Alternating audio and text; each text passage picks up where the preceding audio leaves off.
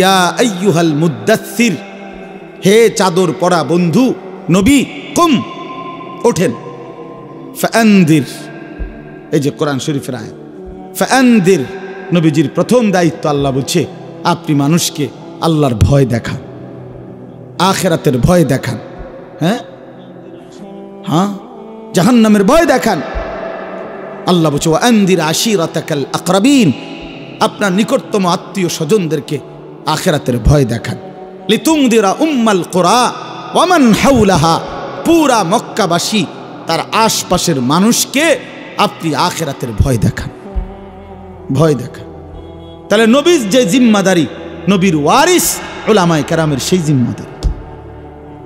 লিমিসলি হাদা ফালইয়ামালিল আমিলুন, আল্লাহ বলেন এই জান্নাতের জন্য তোমাদের আমল করা উচিত।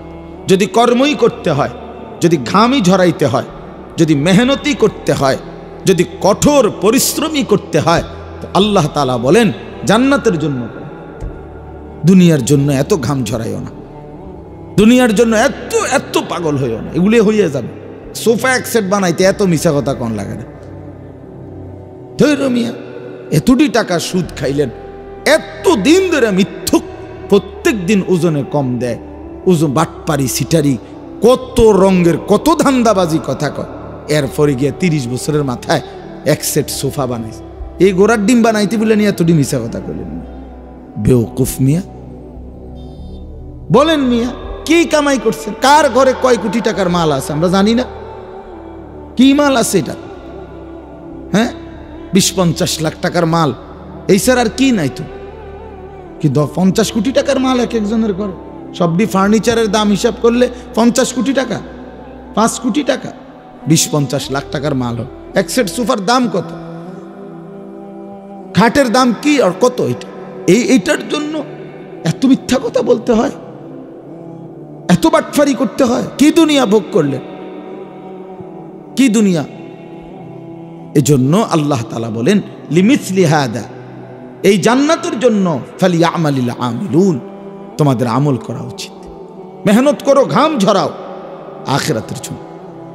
ফাইদা ফারাগতা ফানসাব ওয়া ইলা রাব্বিকা ফারগাব, কোরআন শরীফে আছে নবীজিকে বলছে বন্ধু সারাদিন আপনি যখন দ্বীনের কাজ করবেন, যতগুলো দাওয়াত, তালিম, তাসকিয়া, জিহাদ, ইমামত, কোরআন গ্রহণ ইত্যাদি, ফতোয়া, মাসাইল, আপনি সব কাজ শেষ করে রাত্রিবেলা যখন একা হবেন এশার পরে, তা আবার পুনরায় আমি আল্লাহর জন্য কঠোর পরিশ্রমে লেগে যাবেন।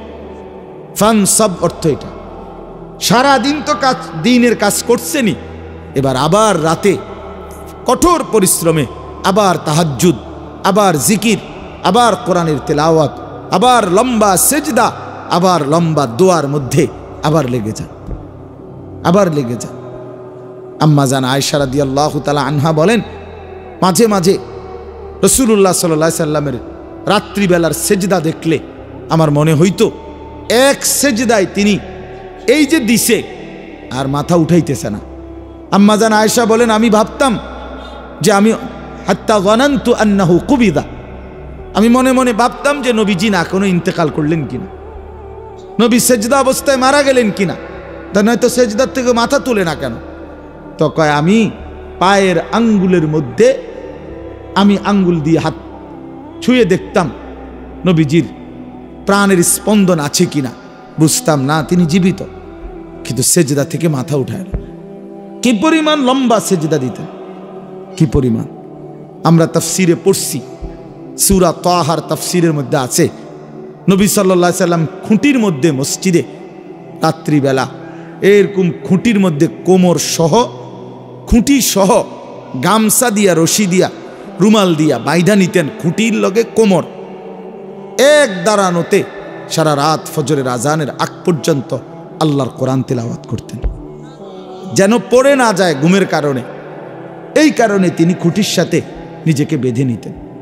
মক্কার কাফেররা বিদ্রুপ করত যে হায় মোহাম্মদকে, তার খোদার কোরআন তার বাইন্দা থুইছে,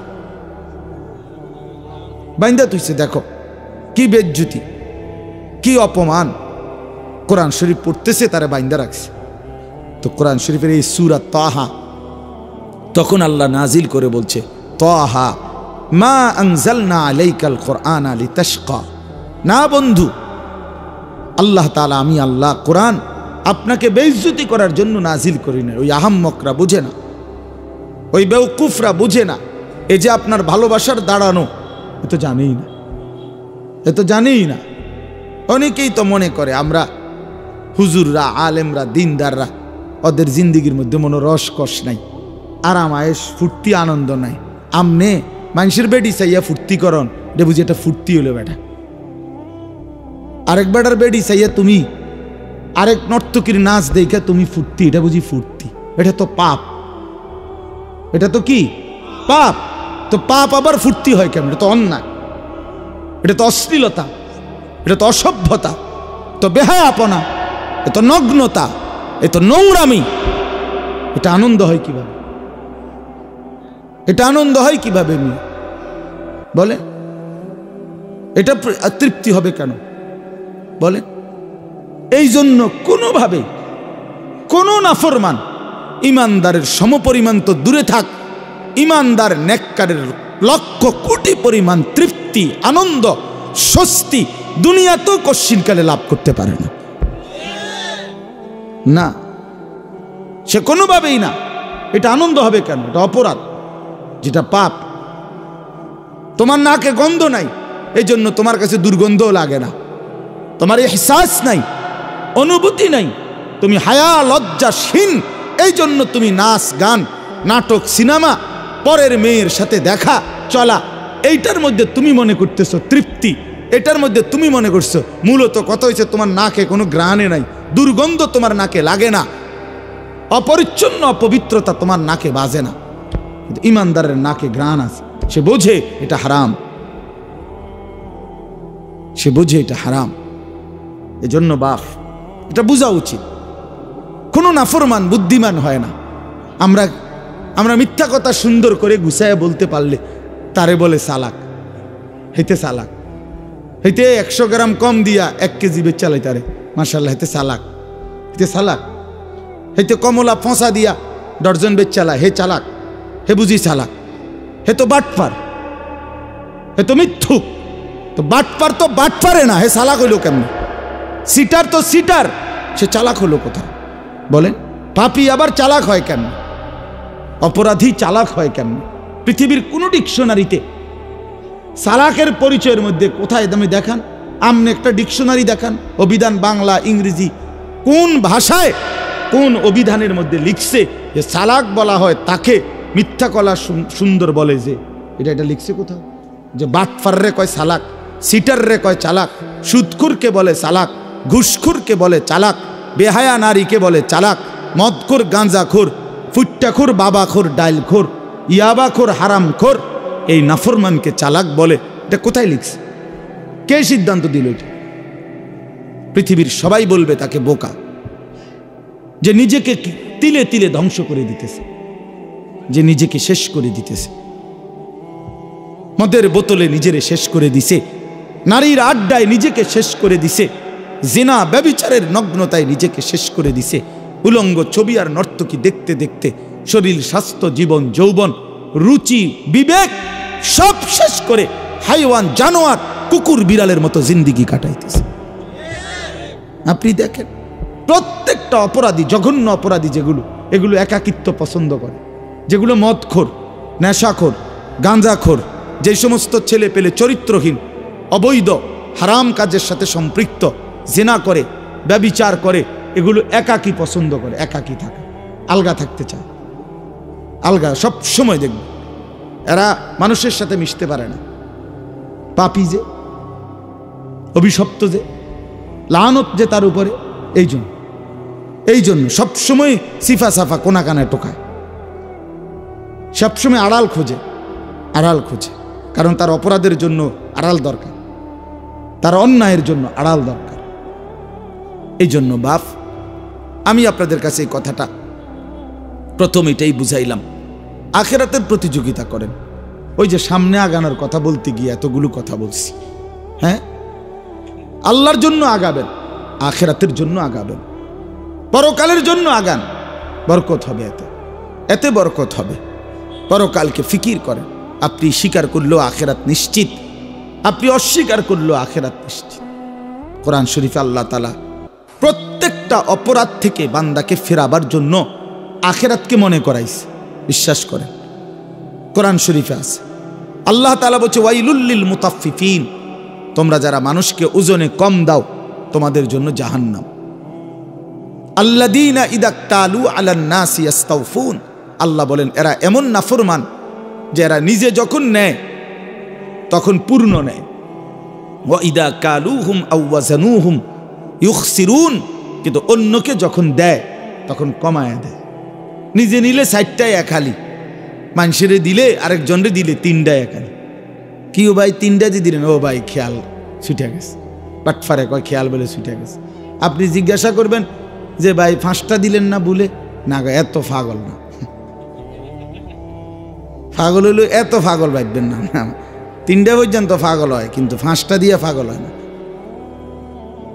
তাই তাহলে এই মূলত বেখেয়াল নাকি ধোকাবাজ? ধোকাবাজ, ধোকাবাজ। তো আল্লাহ তাআলা বলেন এই যে পাপ মানুষকে প্রতিনিয়ত ঠকায়, প্রতিনিয়ত মানুষকে প্রাপ্য কম দেয়, বান্দার হক ঘাটতি করে, আপন বোনের হক দেয় না, আপন মার হক দেয় না, আপন স্ত্রীর হক দেয় না, আপন ভাইয়ের হক দেয় না, আপন ভাতিজার হক দেয় না, আপন ফুফুর হক দেয় না। কতজন তার কাছে সম্পত্তি পায়, নাফরমান সবটা পারে না, দুনিয়াটা রাক্ষসের মতো গিল্লা খায়। এই যে প্রতিনিয়ত অন্যকে ঠকায় যারা, আল্লাহ বলছে তাদের জন্য জাহান্নাম, জাহান্নাম। তো এরপরে আল্লাহ একটা কথা বলছে আশ্চর্য, খেয়াল করে শুনেন। আল্লাহ তাআলা বলেন আলা ইয়াযুন্নু উলাইকা আন্নাহুম মাবউসুন, এই বান্দা এমন নাফরমানি যে করছো, তুমি কি ভেবেছো তুমি কি হাসরের ময়দানে আল্লাহ পাকের সামনে দাঁড়াইবা না? কামটা করতেছো কি? একজন মানুষ মুসলমান পরিচয় দিয়ে এত মিথ্যা কথা যে বলতেছো, এতবার মাসের পর মাস, বছরের পর বছর যে অন্যায় করছো, পাপ করতেছো, হারাম করতেছো, ঘটনাটা কি বান্দা? আলা ইয়াযুন্নু, আর সে কি ভাবতেছে না উলাইকা আন্নাহুম মাবউসুন, তাদেরকে হাসরের ময়দানে উঠানো হবে, আমি আল্লাহর মুখোমুখি হইতে হবে, এটা কি কোনোই পাত্তা দিচ্ছ না? এই আল্লাহ তাআলা আখিরাত মনে করে বান্দা এইভাবে। আমরাও কথায় কথা খেয়াল করে দেখেন, আমরা নিজেরা অনেক সময় মানুষ মনের কষ্টে কারো বাটপারি অন্যায় দেখতে দেখতে মানুষ যখন কষ্ট পায় খুব, তখন মানুষ মনের দুঃখে কয় কিরে তুই মরতি না রে, বলে কি না, আরে তুই কি মরতি না, তুই কি কবরে যাইতি না রে, তোর কি হাসর নাই, তুই এত শক্ত এইভাবে পাষাণ হইলি কেমন? এই তাহলে আল্লাহ এখানে বলছে আলা ইয়াযুন্নু উলাইকা আন্নাহুম মাবউসুন, বান্দা কি করছো এটা? তুমি কি হাসরের ময়দানে দাঁড়াবা না? তুমি কি আখিরাতে দাঁড়াইবা না বান্দা? আহা এটা কি করছো? আপনার আরেকটা আয়াত শুনাই, সূরা মুজাম্মিলের একটা আয়াত আছে, পুরা কোরআনের সবচেয়ে বেশি যেই আয়াত আমি ব্যক্তিগতভাবে সবচেয়ে বেশি ভয় পাই কোরআন শরীফের যেই আয়াতটা, এটা হলো সূরা মুজাম্মিলের একটা আয়াত। আমার মাদ্রাসায় প্রত্যেক দিন জোহরের নামাজের পরে এই সূরা পাঠ করে তেলাওয়াত, এটা স্বাভাবিক একটা আমল। মাদ্রাসায় প্রত্যেক দিন জোহরের নামাজের পরে আমলের পরে সূরা মুজাম্মিল পড়া হয়। এই সূরা মুজাম্মিলের মধ্যে একটা আয়াত আছে, আপনি মনোযোগ দিয়ে শুনেন। আল্লাহ বলতেছে, আল্লাহ তাআলা বলছে ফাকাইফা তাত্তাকুনা ইন কাফারতুম ইয়াউমান ইয়াজআলুল বিলদানা শিবা। এই কথাটা আল্লাহ ডাক দিচ্ছে আমাদেরকে, এই বান্দা এই যে নাফরমানি করছো, এই বান্দা তুমি যে এইভাবে নাফরমানি করছো, সেই দিন হাসরের দিন তুমি কেমনে বাঁচবা যেই দিনের একদিনের পেরেশানি কোলের বাচ্চা বুড়া বানায় ফেলবে। ফাকাইফা তাত্তাকুনা ইন কাফারতুম, আরে করছোটা কি বান্দা? এক মুসলমান এত মিথ্যা কথা বলে, এক মুসলমান এত চুরি করে, এক মুসলমান এত দুর্নীতি করে, এক মুসলমান এত অন্যায় করে, এত সুদ খায়, এত কিস্তি, এত হারাম, একজন মুসলিম মেয়ে, একজন মুসলিম নারী এত বেপরদা হয়, এত অসভ্য হয়, এত চরিত্রহীন হয়। আল্লাহ বলছে, বান্দা এই পুরুষ নারী, আরে কামড়া করতেছো কি?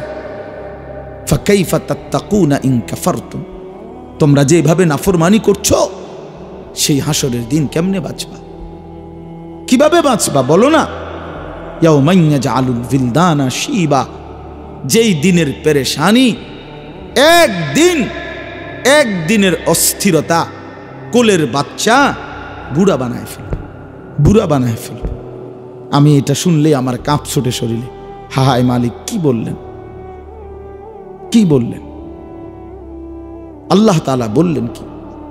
ইয়াওয়াদ্দুল মুজরিমু লাউ ইয়াফতাদি মিন আযাবি ইয়াউমিইদিন বিবানি ওয়া সাহিবাতিহি ওয়া আখি ওয়া ফাসিলাতিহি আল্লাতী তু'বি ওয়া মান ফিল আরদি জামিআ সুম্মা ইউনজি।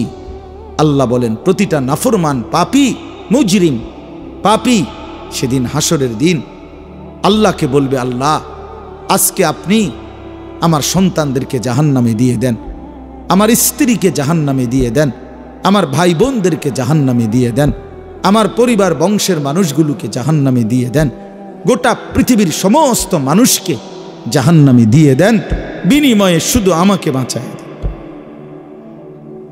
সুম্মা ইউনজি, আল্লাহ জাহান্নামের এই আগুন আমি সহ্য করতে পারবো না, এটা দেখতেছি মাওলা। লাতারাবুন্নাল জাহিম, আল্লাহ বলে, দুই চোখে তোমরা জাহান্নাম দেখবা, হাসরের মাঠে দেখবা বান্দা, আগুনের ঢেউ দেখবা, আগুনের উথাল পাতাল দেখবা, আগুনের বিকট গর্জন শুনবা, জাহান্নামের তীব্র চিৎকার শুনবা, তীব্র চিৎকার শুনবা।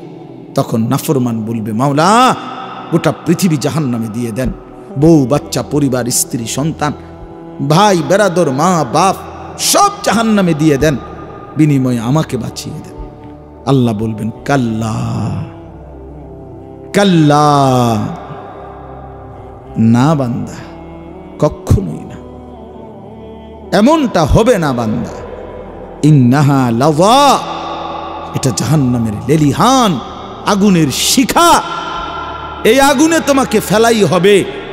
নাজ্জাআতাল লিশ-শাওয়া, যখনই তোমাকে ফেলবে, প্রথম ফেলতেই, প্রথম সেকেন্ডেই শরীরের গোশত চামড়া, শাওয়া মানে হলো মাশভি, ভুনা হয়ে যাবে, ফ্রাই হয়ে যাবে, ফ্রাই,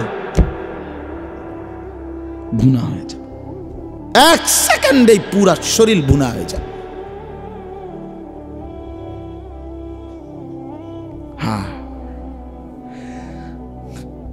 এই জন্য আমরা দিবানিশি চিৎকার করি, নিজেরে আল্লাহর নাফরমানি করে চালাক মনে করেন না, এত চালাক ভাইবেন না, এত চালাক ভাইবেন না।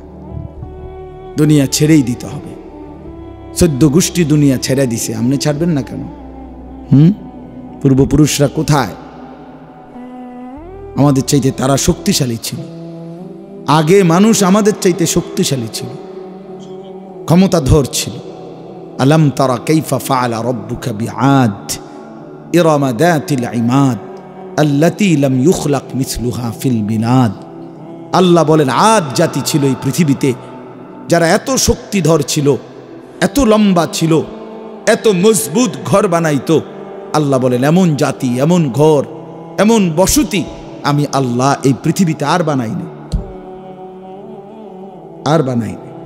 40 হাত লম্বা ছিল এক একটা মানুষ, 300 বছর পর্যন্ত সাবালক থাকতো, 300 বছর পরে তারা বালেগ হইত। 40 হাত, 40 হাতে প্যান্ডেলটা সমান না? খবর আছে নি মিয়া? প্যান্ডেল দুইটার সমান হইল, 40 হাত লম্বা। তো এই 40 হাত লম্বা মানুষ যারা, হুদ আলাইহিস সালাম যখন তাদেরকে বলছে, তোমাদের এই মূর্তি শিরিক কুফরি যদি ছেড়ে না দাও তো আল্লাহর আযাব আসবে, তোমাদেরকে আল্লাহ আযাব দিবে, তারা অবাক হইয়া কয়, আইয়ুনা আশাদ্দু মিন্না কুওয়া। এই কি কইলা? বেটা কিতা কইলা? আমগরে আযাব দিব মানে আমাদের চাইতে শক্তিধর কেউ আছে নাকি কোথাও? এই ডাকো ডাকো বেটা, একটা কথা কইলা আমগরে শাস্তি দিব, আমগরে আযাব দিব। আযাব দিব কেডা? তো আমরা শৈল দেখো না, বুঝেন না? এইভাবে মানে তারা অবাক, রীতিমতো স্ট্রেঞ্জ, যে কই কি আমগরে বলে আযাব দিব, আমগরে আযাব দিব কোত্থেকে, আমগরে শাস্তি দিবে কে, আমাদের চাইতে শক্তিধর কে আছে? আল্লাহ তাআলা বলেন, আমি যেদিন ঝড়ো বাতাস ছাড়লাম, তো এক ঝড়ো বাতাসে এই মানুষগুলো 40 হাত লম্বা, এগুলো এক টানা ওই জাতির উপরে 7 রাত 8 দিন, 7 লায়ালিন ওয়া 8 আইয়াম, 7 রাত 8 দিন টানা আল্লাহ তাআলা ঝড়ো বাতাস দিয়া পুরা জাতি এভাবে ধ্বংস করে দিছে, কান্নাহুম আজাজু নাখলিন খাবিয়া, যেন লম্বা লম্বা উঁচা উঁচা খেজুর গাছ ভাঙ্গা ভাঙ্গা পড়ছে ঘূর্ণিঝড়ের মধ্যে, এইভাবে সব মানুষ পড়েছে। কোরআন শরীফের আয়াত, কোরআন শরীফের আয়াত, সূরা আল হাক্কা, ফাতারাল কওমা ফিহা সারআ। এই জন্য বাপ, আপনি কোরআন পড়ে দেখেন, তরজমা পড়েন, আল্লাহর কোরআন ছুঁয়ে দেখেন। আপনার সূরা হুদ, কোরআন শরীফের একটা সূরা আছে, এই সূরার মধ্যে আল্লাহ তাআলা 6টি অবাধ্য জাতি আল্লাহর জমিনে যারা আল্লাহর নাফরমানি করেছিল, তাদের চূড়ান্ত পরিণতি কি শাস্তি হয়েছে, আল্লাহ একটা একটা করে বাই সিরিয়াল সূরা হুদ একটা সূরা বর্ণনা করছেন। আল্লাহ তাআলা নবীজির কাছে লূত আলাইহিস সালামের কওমের কি হইছে, হুদ আলাইহিস সালামের কওমের কি হইছে, সালেহ আলাইহিস সালামের কওমের কি হইছে, শুআইব আলাইহিস সালামের কওমের কি হইছে, এইভাবে ধারাবাহিক আল্লাহ তাআলা 6টি অবাধ্য জাতির নাফরমানির শাস্তি, যাদেরকে আল্লাহ ধ্বংস করে দিছে, এই বর্ণনা দিয়া এই সূরাটা নাজিল হইছে নবীজির উপরে। তাফসীরের মধ্যে আছে, এর কিছুদিন পর নবী সাল্লাল্লাহু আলাইহি সাল্লামের প্রথম এই চুল পাকা শুরু হয়েছে, চুল দাড়ি একটা বা দুইটা সাদা হয়েছে। তো হযরত আবু বকর সিদ্দিক রাদিয়াল্লাহু তাআলা আনহু, তিনি তখন এই প্রথম নবীজির চুল দাড়ি একটা বা দুইটা সাদা হয়ে গেছে, এটা দেখে নবীজিকে বললেন, কাদ শাইয়াবতা ইয়া রাসূলুল্লাহ, হে আল্লাহর নবী, আপনি দেখি বুড়ো হয়ে যাচ্ছেন, আপনার তো চুল দাড়ি সাদা শুরু হয়ে গেছে। তখন নবীজি বলছে, আবু বকর শোনো, শাইয়াবাতনি হুদ, সূরা হুদের আযাবের ঘটনা আমি মুহাম্মদকে বুড়া বানায় দিছি।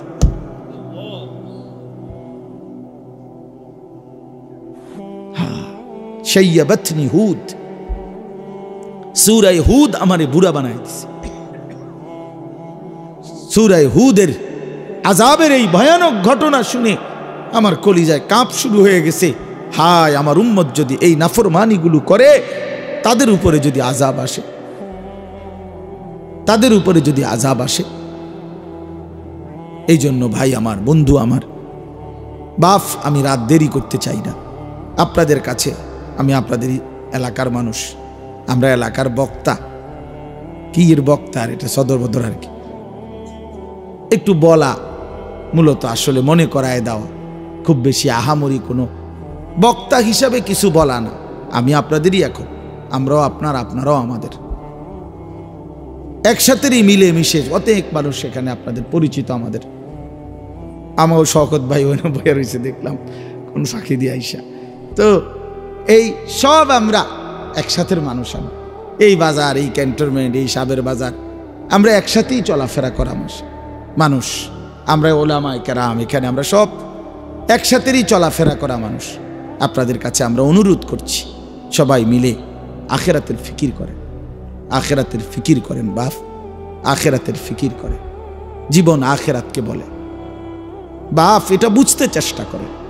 হায়াত মূলত আখিরাত, এই দুনিয়া এটা মূলত কোনো জীবন না, এটা কোনো হায়াতে না। আল্লাহ এটাকে হায়াত বলে নাই মিয়া, আল্লাহ বলছেন লাহবুন ওয়া লাইব, আল্লাহ বলছেন এটা শুধুই তামাশা, শুধুই খেলাধুলা, এটা ঘটি বাটি। ছোটবেলার বাচ্চা কালে আমরাও মালা ঠোলা নিয়ে ঘর বানাইছি, হ্যাঁ, ছোট ছোট গাছ কাইটা, এরপরে কলা গাছের ডাগা কাইটা, হ্যাঁ, এগুলা দিয়ে দিয়ে কাইটা, কচুরি ফানা কাইটা, এরপরে দিয়া কচু গাছের কাইটা, পাতা ডাল কাইটা, ছোট ছোট ঘর বানাইছি, ঢাকনা দিছি, ছোট ছোট বাটি দিয়া রান্না বান্না করছি, খাইয়া এরপর কাজও লাগছে। এই তুই আমার ঘর ভাঙ্গে লাইলা, হ্যাঁ বেটা তো ওদিক দিয়ে বানাও তোমার ঘর, এদিক দিয়ে। এইভাবে কত কিছু গেছে। সারা দিন সন্ধ্যা হইতে দেরি, সব নিজের হাতে উড়া মাইরা দিয়া ফেলায় দিয়া আপন ঘরে ফিরে গেছে। বুঝাইছে এগুলো আমার ঘর না, এগুলো তামাশা, এগুলা কি খেলাধুলা। খেলাধুলা মূলত ওই ঘর যেটা আমগো, ওইটা আমগো ঘর। তা আল্লাহ তাআলা বলে, বান্দা দুনিয়া এটা তামাশা, এটা খেলাধুলা, ঘর আখিরাত। ওয়া ইন্না দারাল আখিরাতা লাহিয়াল হায়াওয়ান। আল্লাহ বলেন আখিরাতের ঘর সেটাই কেবল জীবন, সেটাই বেঁচে থাকা, হায়াত। প্রিয় বন্ধু আমার, বাপ আমার, আপনি ইনসাফের সাথে ভেবে দেখেন, 24 ঘন্টা যেই জীবনের সাথে মৃত্যু লেগে আছে, মৃত্যু আমারে তাড়া করে, মৃত্যু আমারে তাড়ায় বেড়ায় সারাক্ষণ। আমি আপনি চলতে ফিরতে উঠতে বসতে মৃত্যুর কথা মনে হয়, না জানি মরে যাই, না জানি মরে যাই, না জানি মরে যাই। বাস চলতেছে অ্যাক্সিডেন্টই হয়ে যায়, গাড়ি চলতেছে অ্যাক্সিডেন্টই হয়ে যায়। বাহিরে আসি পরিবারে নি কোনো বিপদ হইয়া যায়, পরিবারে আসি দোকানে নি কোনো বিপদ হইয়া যায়। সারাক্ষণ মৃত্যু, পেরেশানি যাকে তাড়া করে, যার কাঁধে ভর করে থাকে, সেটা আবার জীবন কি? আসলে দেখেন চিন্তা করে। কিন্তু আখেরাত ওইটাই হায়াত। কেন কেন হায়াত ওইটা? এই কারণে হায়াত ওইটা শুধুই শুরু হবে জীবন, আর কোনো দিন শেষ হবে না, আর কোনো দিন শেষ হবে না। আখেরাত শুধু শুরু হবে। আখেরাতের সুখ চিরস্থায়ী, আখেরাতের দুঃখ চিরস্থায়ী। জান্নাত এটাও চিরস্থায়ী, জাহান্নাম এটাও চিরস্থায়ী। আখেরাতে হাসলে আর কোনোদিন কাঁদতে হবে না, আখেরাতে কাঁদলে খোদার কসম আর কোনোদিন হাসতে পারবেন না, আর কোনোদিন না। ওই হাসি স্থায়ী, ওই কান্নাও স্থায়ী। এজন্য ওইটাই জীবন। আরো প্রমাণ দেখায় কোরআন শরীফ থেকে, আরো বলি দেখেন। আল্লাহ তাআলা বলছেন হাসরের ময়দানে, আমার শায়েখ থেকে আমি শুনছি এটা, আমার শায়েখ আরিফ বিল্লাহ আল্লামা মুফতি মুশতাকুন নবী কাসিম, তো হুজুরের থেকে এটা আমি নিজে হুজুর কোরআন শরীফ থেকে বুঝাই দিছে যে দেখেন হাসরের ময়দানে জাহান্নামী যখন পাপী ব্যক্তি জাহান্নামকে দেখবে, সবাই দেখবে, তো পাপী ব্যক্তি জাহান্নামকে দেখে একটা আফসোস করবে আর বলবে, ইয়াকুলু ইয়া লাইতানি কদ্দামতু লিহায়াতি। এই দেখেন এর কি কইছে, কদ্দামতু লিহায়াতি, এ আমার হায়াতের জন্য আমি যদি, আহা আফসোস, মন্দ কপাল, আমি যদি আমার হায়াতের জন্য, আমি যদি আমার জীবনের জন্য দুনিয়া থেকে কিছু পাঠাইতাম। তাহলে এই লিহায়াতি কোনটাই না, এটা এটা আখিরাত। আখিরাত আমি যদি আমার এই হায়াতের জন্য ওই দুনিয়া থেকে কিছু পাঠাইতাম, তার মানে মূলত হায়াত এটা কোনটা? আখিরাত। হায়াত কোনটা বলেন না বাপ, কোনটা? আখিরাত। আজ না নিজে বুঝলেন, না ছেলেরে বুঝাইলেন, না নিজে বুঝলেন, না ছেলেরে বুঝাইলেন। কেমনে বঞ্চিত করলেন? মাও বেপর্দা, মেয়েও বেপর্দা, বাবাও বিড়ি সিগারেট খান, ছেলেও মদ জুয়ায় আসক্ত। তো না নিজে ফিরিলেন, না সন্তানকে ফিরাইলেন। নিজেও 5 ওয়াক্ত নামাজ পড়েন না, সন্তানকেও 5 ওয়াক্ত নামাজ পড়েন না। হায় মুসলমান, এরম বেকুব কেমনে হইলেন? এত আহাম্মক কেমনে হইলেন? মুসলমান এত গাফেল কিভাবে হইলেন? আপনিও মিথ্যা বলেন, সন্তানরও মিথ্যা শিখাইলেন। আপনিও হারাম রোজগার করেন, সুদের টাকা, ঘুষের টাকা, কিস্তির টাকা, ওজনে কম দেওয়া সন্তানকেও সেই হারামের রোজগারের মধ্যে লাগাই দিলেন। মানুষের শুনাইলেন ছেলে এই করে, সেই করে, ছেলে ওটা করে, সেটা করে। এসব শুদ্ধ মাইরে লাভ কি? আখেরাতে ফিডাও তো শুদ্ধ ফিডা দিব। যারা শুদ্ধ তাকে ফিডাও তো শুদ্ধ, পরিষ্কার ফিডা। কথা বুঝছেন? হ্যাঁ হ্যাঁ, শক্ত ফিডা দিবে, শক্ত। ফায়াউমা ইদিল্লা ইউআযযিবু আযাবাহু আহাদ। আল্লাহ বলছে নাফরমান, মনে রাখিস আমি আল্লাহ হাসরের ময়দানে যে আযাব দেব, এই নাফরমান, এমন আযাব তোকে কোনো দিন কেউ দিবে না। ওয়ালা ইউথিকু ওয়াতাকাহু আহাদ। আল্লাহ বলে নাফরমান বান্দা, হাসরের ময়দানে আমার মতো আমার ফেরেশতারা তোমাকে যেভাবে বাঁধবে এমন বাঁধা তোমাকে আর কেউ বাঁধবে না। এই জন্য বাপ চলেন, জিন্দিগির মূল ফিকির আখেরাত। আপনারা যদি আমাদেরকে বলেন এই মোল্লা মুন্সি হুজুররা, কিছু হুজুর আছে শুধুই কেবল আসমানের উপরে আর মাটির নিচের কথা বলে, এইগুলো নিয়েই পড়ে থাকে। ভাই আমি এগুলো নিয়েই পড়ে, এই ডাক্তার শওকত দাঁতের চিকিৎসা ছাড়া আর কিচ্ছু জানে না। আপনি দেখেন, কই শওকত ভাই কই, জিজ্ঞাসা করে দেখেন। ডাক্তার মিজান আপনার বাচ্চাদের চিকিৎসা ছাড়া অন্য কিছুই করে না, সারাদিন ফুলানের চিকিৎসা করে। ওনার এনে গেলে সারাক্ষণ ক্যাঁ ক্যাঁ ক্যাঁ আওয়াজ শোনা যায় ওইখানে, আপনি দেখেন গিয়ে। তাহলে দুনিয়াতে তো এটাই সিস্টেম মিয়া, যার যেটা জিম্মাদারি সে নিছে সে তো ওইটা নিয়েই ফিকির করবে, এটা নিয়েই ফিকির করবে। আমাদেরকে তো আল্লাহ তাআলা বলছেই ইলম দান করলাম আমার বান্দাদেরকে, ওয়ালিউনদিরু কাওমাহুম ইজা রাজাউ ইলাইহিম। এই বাপ কোরআন শরীফের আয়াত, আল্লাহ বলছে ইলমের মাকসাদ কি, কোরআন সুন্নাহর জ্ঞান শিখার উদ্দেশ্য কি, আমনে কিছু বললে হবে না। আল্লাহ কোরআনে ভাঙ্গা বলে দিছে, দায়িত্ব হইল তোমরা ইলম অর্জন করে গভীর জ্ঞান হাসিল করে নিজ এলাকায় মহল্লায় জনসাধারণের মাঝে যখন ফিরে আসবা তখন তোমরা তাদেরকে আল্লাহর ভয়, কবরের ভয়, আখিরাতের ভয়, জাহান্নামের ভয় দেখাইবা, যেন তারা লাআল্লাহুম ইয়াহজারুন, যেন তারা ভয় পায়, আখিরাত শিখে, পরকাল শিখে, জাহান্নাম থেকে বাঁচতে শিখে, জান্নাতের আশা করতে শিখে। এটা আল্লাহ দায়িত্ব দিয়েছেন কোরআনে। আল্লাহ আমারে কয় নাই যে এলেম শিখে সিএনজি কেমনে চালায় এটা বুঝাও, অটো কেমনে চালায় এইটা বুঝাও, দোকানদারি কেমনে করে এইটা বুঝাও, এটা আমারে বলে নাই। তো বললে আমি এটা ফাইললে এটা ফাটতাম না, কথা বলেন না কেন? আমি যদি এটা বুঝাইতে পারি তো এটা বুঝাইতে পারতাম না, আমি ওইটারও প্র্যাকটিস করলে পারবো না বুঝাইতে? কথা বলে, একটা মুদি দোকান কিভাবে সাজাবেন, বদনা রাখবেন কোথায়, লোড়া রাখবেন কোন জায়গায়, বালতি রাখবেন কোনখান দিয়া, পেঁয়াজ থুবেন কোনান দিয়া, আলু থুবেন কোনান দিয়া, এটা আমি বুঝাইতে পারতাম না। না বুঝানোর কি আছে? আমি 2 দিন দোকানদারি করলেই তো হইল, এটা না বুঝার কি? এই জন্য বাপ আমাদের জিম্মাদারি এটা।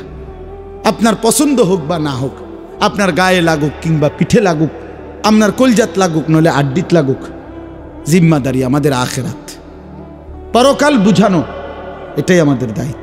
নবী সাল্লাল্লাহু আলাইহি সাল্লামের প্রথম দায়িত্ব, যেদিন প্রথম আল্লাহ তাআলা নবীজিকে মানুষের কাছে ডাকতে বলছেন, প্রথম তো ইকরা বিসমি রাব্বিকাল্লাযী খালাক, এই আয়াত নাজিল করছেন। এখানে কোনো দায়িত্ব দেয় নাই, বলছে আল্লাহর কোরআন পড়েন, আল্লাহর নাম নেন।